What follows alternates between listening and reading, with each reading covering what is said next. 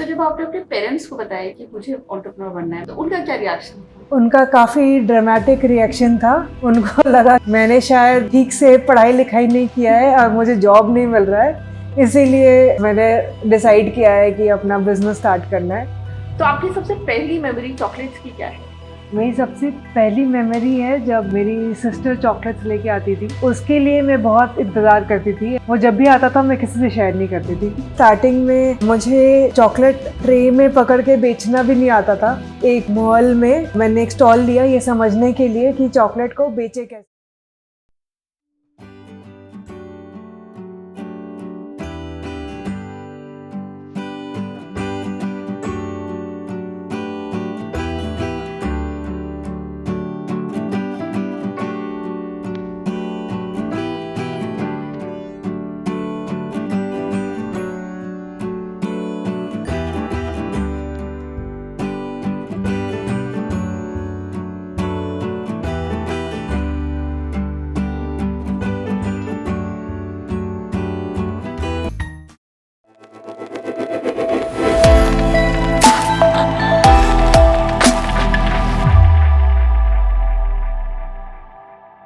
Hello, आदाब, नमस्ते, welcome to India's business legends. Chocolates तो हम सभी को पसंद है और हो भी क्यों ना, उनमें वो खूबी होती है जो किसी को भी लुभा सकती हैं, किसी रूठे को बना सकती हैं।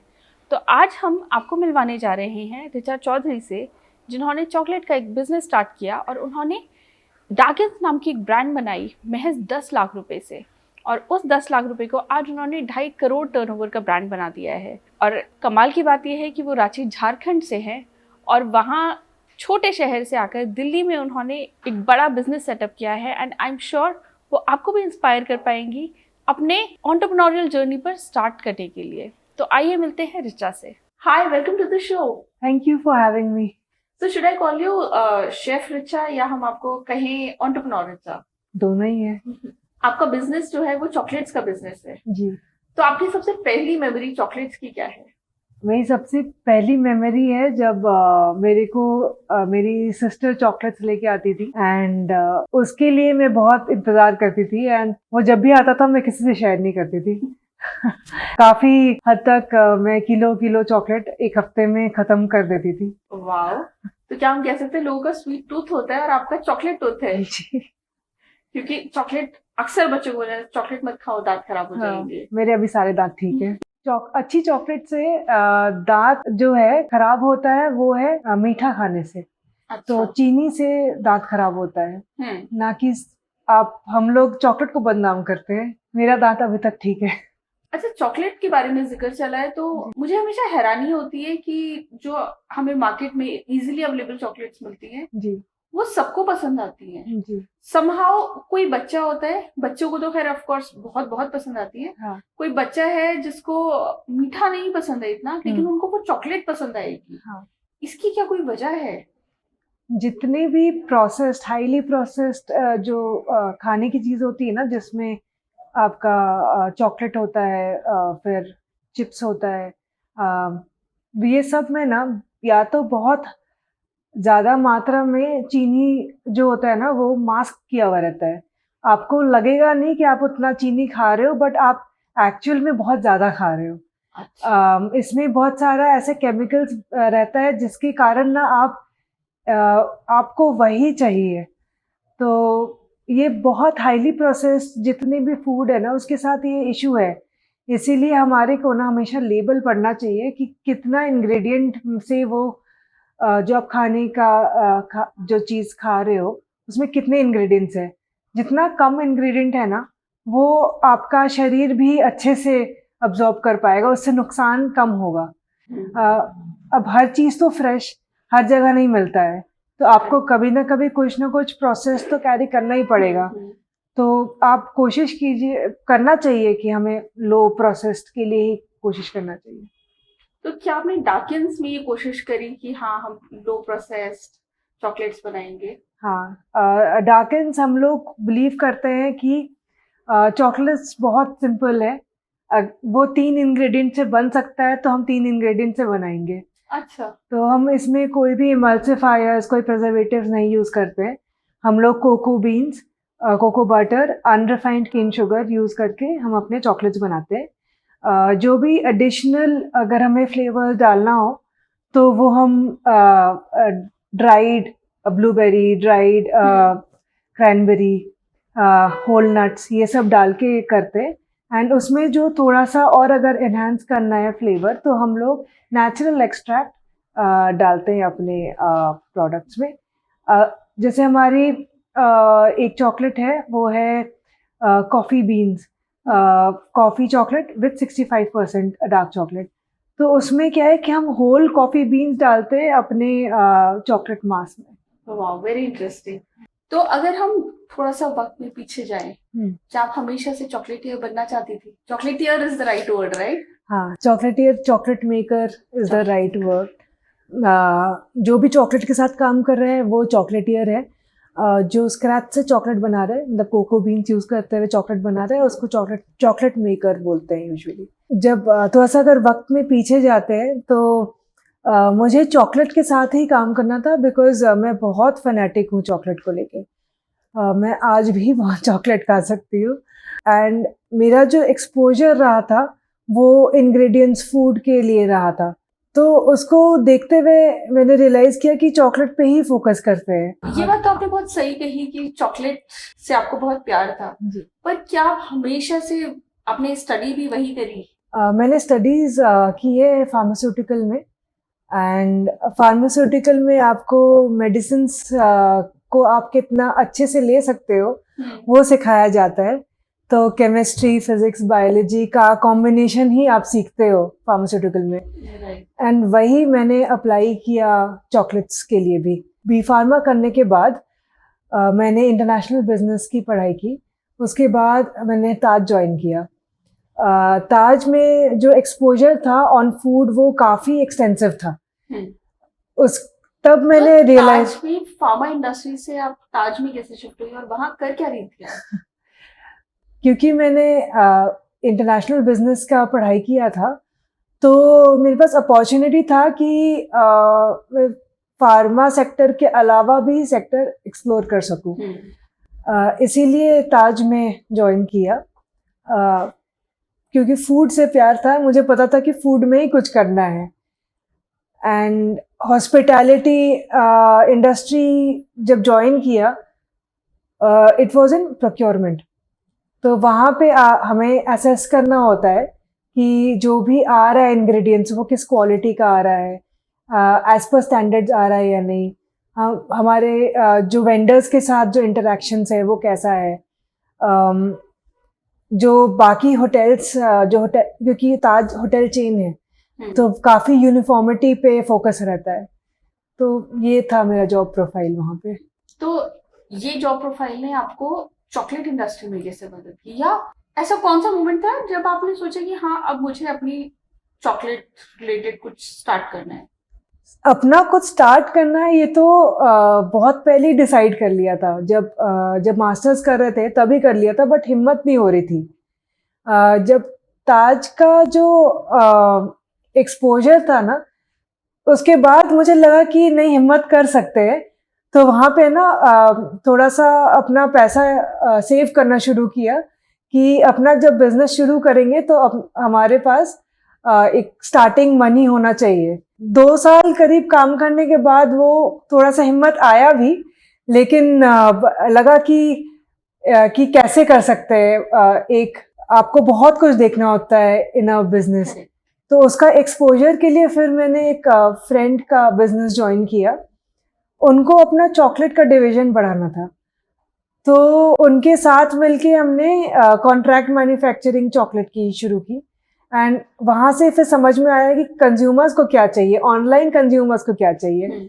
अभी तक मेरा जो एक्सपोजर था वो था ताज में जो ऑफलाइन कंज्यूमर आ रहे हैं वो ट्रूफल्स कैसा खाना पसंद कर रहे हैं, कैसा चॉकलेट केक खाना पसंद कर रहे हैं।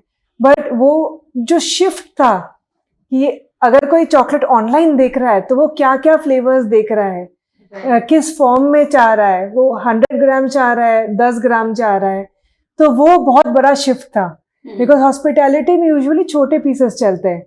बट जैसे हम ऑनलाइन शिफ्ट किए तो उनको बड़ा टैबलेट्स ऑफ चॉकलेट चाहिए था। करेक्ट। तो ये बहुत ही इंटरेस्टिंग एक्सपोजर था मेरे लिए। तो जब आपने अपने पेरेंट्स को बताया कि मुझे एंटरप्रेन्योर बनना है, मैं अपना वेल सेटल्ड जॉब छोड़ रही हूँ जहाँ पे अच्छा खासा सेव भी कर रही हूँ, हाँ, तो उनका क्या रिएक्शन था? उनका काफी ड्रामेटिक रिएक्शन था। उनको लगा मैंने शायद ठीक से पढ़ाई लिखाई नहीं किया है और मुझे जॉब नहीं मिल रहा है, इसीलिए मैंने डिसाइड किया है कि अपना बिजनेस स्टार्ट करना है। क्योंकि मैं एक बहुत ही टिपिकल सर्विस बैकग्राउंड से हूँ, जहाँ पे फादर इंजीनियर, मेरे सारे भाई बहन इंजीनियर्स, उसमें से एक बच्चा बोल रहा है कि अपना बिजनेस शुरू करना है, तो वो काफी बड़ा शौक था उनके लिए। बट थैंकफुली मेरे जो इन लॉज हैं वो उन्होंने बहुत सपोर्ट की, तो इसीलिए ये कदम उठा पाए। That's very sweet. In-laws की बात करें तो आपके हाँ। हस्बैंड का आपको कितना सपोर्ट मिला है? उनका सपोर्ट बहुत ज़्यादा मिला एंड मेरी मदर इन लॉ का भी सपोर्ट बहुत ज़्यादा मिला, इसलिए कर पाए। क्योंकि मुझे याद है स्टार्टिंग में मुझे चॉकलेट ट्रे में पकड़ के बेचना भी नहीं आता था। एक मॉल में मैंने एक स्टॉल लिया ये समझने के लिए कि चॉकलेट को बेचे कैसे और क्या पसंद आ रहा है। तो पूरा दिन जो था मैंने सिर्फ 400 रुपए का चॉकलेट बेचा था। फिर मेरे हस्बैंड अपना काम करके शाम को आए, वो बोले कि तू फूड बिजनेस में है, अगर तुम जाके नहीं बोलोगे तो कोई तुम्हारे पास आएगा नहीं। Correct. तो वो मेरा सबसे पहला लर्निंग था ऑन मार्केटिंग कि आपको पहले जाके बोलना तो पड़ेगा ना आप कर क्या रहे हो, तब जाके आपके पास आएंगे। तो उसके बाद अगले दिन मेरा जो अर्निंग था वो ऑलमोस्ट 4000 का था, तो उससे काफी हिम्मत बढ़ी। उसमें उस वाले ट्रिप में मैंने पैसे बहुत ज्यादा गंवाए, लेकिन सीखा बहुत कुछ कि एक चीज नहीं देख सकते, सिर्फ प्रोडक्ट नहीं देख सकते, आपको बाकी चीजें भी देखना है। आपका सिंगुलर फोकस नहीं हो सकता है। इसके साथ साथ मेरी मदर इन लॉ, क्योंकि खुद वो साड़ी की बिजनेस कर चुकी थी, तो वो बहुत इनकरेज करती थी कि वीकेंड्स को अपना स्टॉल लगाओ एंड बात करो। जितना बात करोगी उतना तुम्हें समझ में आएगा कि क्या मांग रहे हैं, क्या चाहिए मार्केट में। तो ये बहुत बड़ा दोनों का हाथ रहा है मेरे जर्नी में। अच्छा, एज अ वुमन एंटरप्रेन्योर बहुत लोग बोलते हैं कि नहीं ऐसा नहीं भी होता है। क्या आपने कोई भेदभाव महसूस किया या आपको लगा कि बीइंग अ वुमन चीजें और डिफिकल्ट हैं लाइफ में? मुझे ये लगता है कि जो भी वुमेन अगर क्लास 12th के बाद, कॉलेज के बाद अगर काम भी कर रही हैं, तो वो ऑलरेडी बहुत लड़ाइयाँ लड़ चुकी है। राइट। तो एक हिम्मत आ जाती है उसके बाद ना। आपको अगर आपको जो चाहिए अगर आपने ठान लिया तो आप कर ही लोगे, आप फिर ना बाकी चीजें नहीं सुनते हो ना सोचते हो। राइट। तो आई थिंक उसी के कारण जो भी कर पाए। तो कमिंग बैक, जो आपने बेकरी स्टार्ट करी थी, हाँ। तो वहाँ कैसा आपका बिजनेस चल रहा था?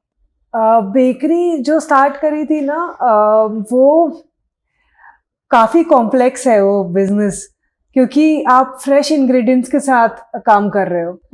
एंड मेरी जो रियलाइजेशन थी कि या तो आप बहुत हाई ट्रैफिक एरिया में काम करो जहाँ पे आपके पास कंज्यूमर अपने आप आ रहा है, थोड़ा बहुत आप एडवर्टाइजिंग ऑफ कोर्स करोगे, बट आपके पास फिर भी इनकमिंग ट्रैफिक है। एल्स आप इतना क्रिएटिव, बहुत ही ज्यादा क्रिएटिविटी आप कर रहे हो कि आपके पास, अगर आप घर से भी कर रहे हो ना, फिर भी लोग आपके पास आ रहे हैं आपसे लेने के लिए।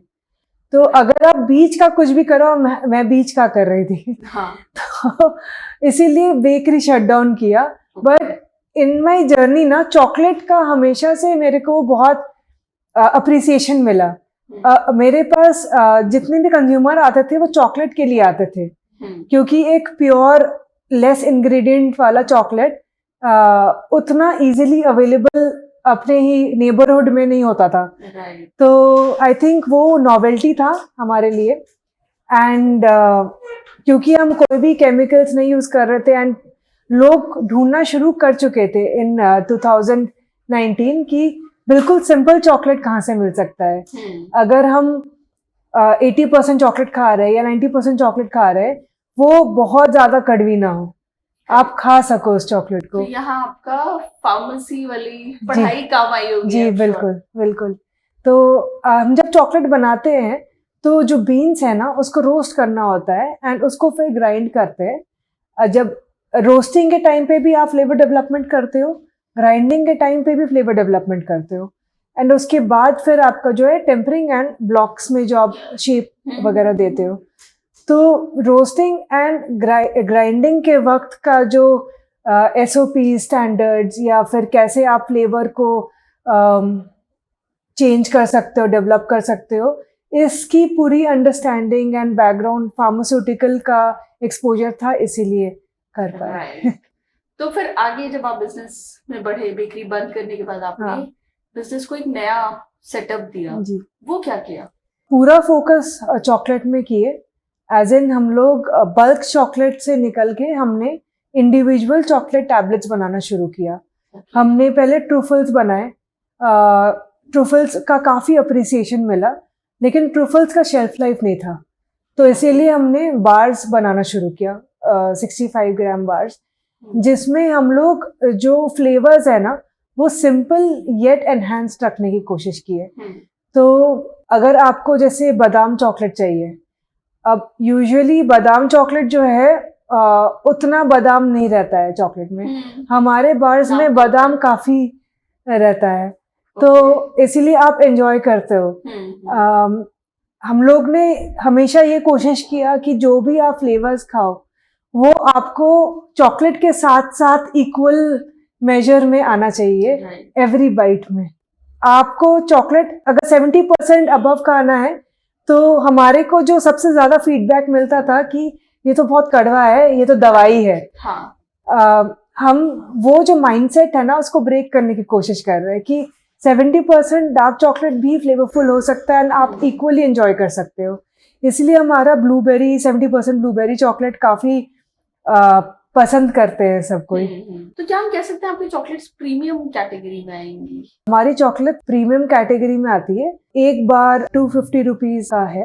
एंड हमें ये लगता है कि एक और चीज जो हमने ऑब्जर्व किया था कि जो भी चॉकलेट खाता है वो पूरा एक बार में खा जाते हैं, कोई चॉकलेट एंजॉय नहीं करता है। तो जब आप थोड़ा सा प्रीमियम चॉकलेट खरीदते हो तो आप कहीं ना कहीं मोटिवेट होते हो कि चॉकलेट आप एंजॉय करो। आप छोटी बाइट्स लो, आप टेस्ट लो चॉकलेट की, ना कि पूरा एक बार में खत्म कर लो। तो 2019 में जब आपने स्टार्ट किया, फिर आगे का जर्नी कैसा रहा आपका? 2019 में मैं और प्रज ने डार्किन्स को लॉन्च किए। इधर हमने पहले स्टोर्स में लॉन्च किया, जहाँ की प्रज ने ट्रे लेके एवरी डे इंटरेक्ट करते थे कंज्यूमर्स के साथ कि क्या पिक हो रहा है, क्या कर रहे हैं, क्या खा रहे हैं। मैं यूजुअली वीकेंड मार्केट्स में जाती थी, जहाँ पे हम लोग डिवाइड एंड कॉन्कर करने की कोशिश किया।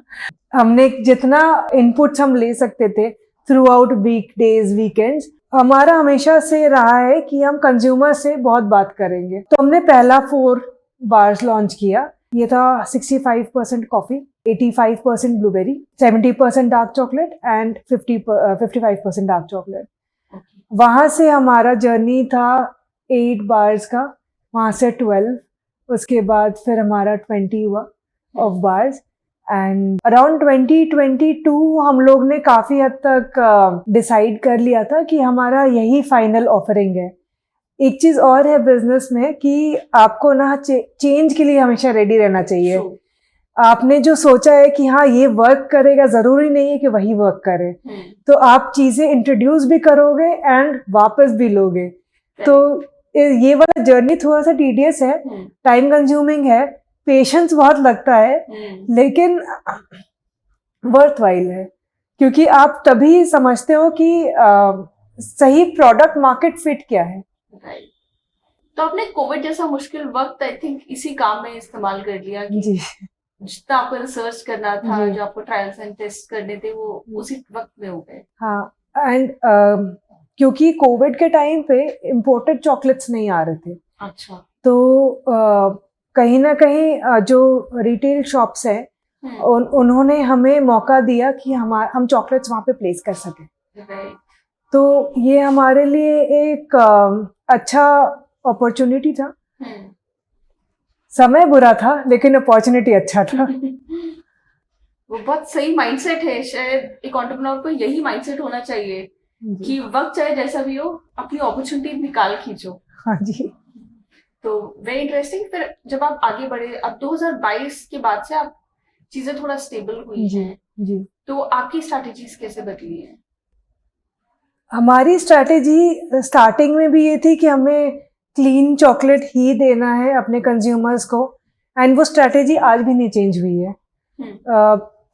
जो हमने चेंज किया है वो है कि हम और ज़्यादा फोकस कर रहे हैं कि हम और बात कर सके और रीच आउट कर सके कि और बता सके कि प्योर चॉकलेट क्या है। अभी जो बहुत अच्छी बात है वो है कि लोग अपनी हेल्थ के तरफ देखना शुरू कर दिए हैं, चीज़ों को देखना परखना शुरू कर दिए। लेबल पड़ेगा इंडिया काफ़ी स्ट्रॉन्ग एंड बहुत ही अच्छा मुहिम है जो शुरू हुआ है। इसमें जो सबसे ज़्यादा फायदा है वो हमारा ही है। हम अच्छा खाएंगे तो हमारा भी जीवन अच्छा ही रहेगा। तो हमारा बस अब यही फोकस है बताना कि प्योर चॉकलेट क्या है। प्योर चॉकलेट है कि चॉकलेट जो कोको निब से बने, जिसमें कोको बटर है एंड शक्कर है। अगर चॉकलेट के पीछे में वेजिटेबल ऑयल लिखा है या पहला इंग्रेडिएंट अगर शुगर लिखा है तो वो चॉकलेट सब्स्टिट्यूट कहलाता है, वो चॉकलेट नहीं है।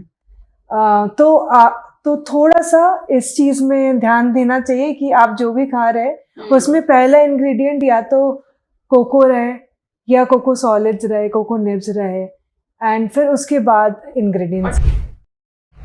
आपने चॉकलेट फैक्ट्री टूर की बात करी जी, वो एग्जैक्टली क्या है? क्योंकि हम लोगों ने तो सिर्फ Charlie and the chocolate factory के टूर के बारे में सुना था जी।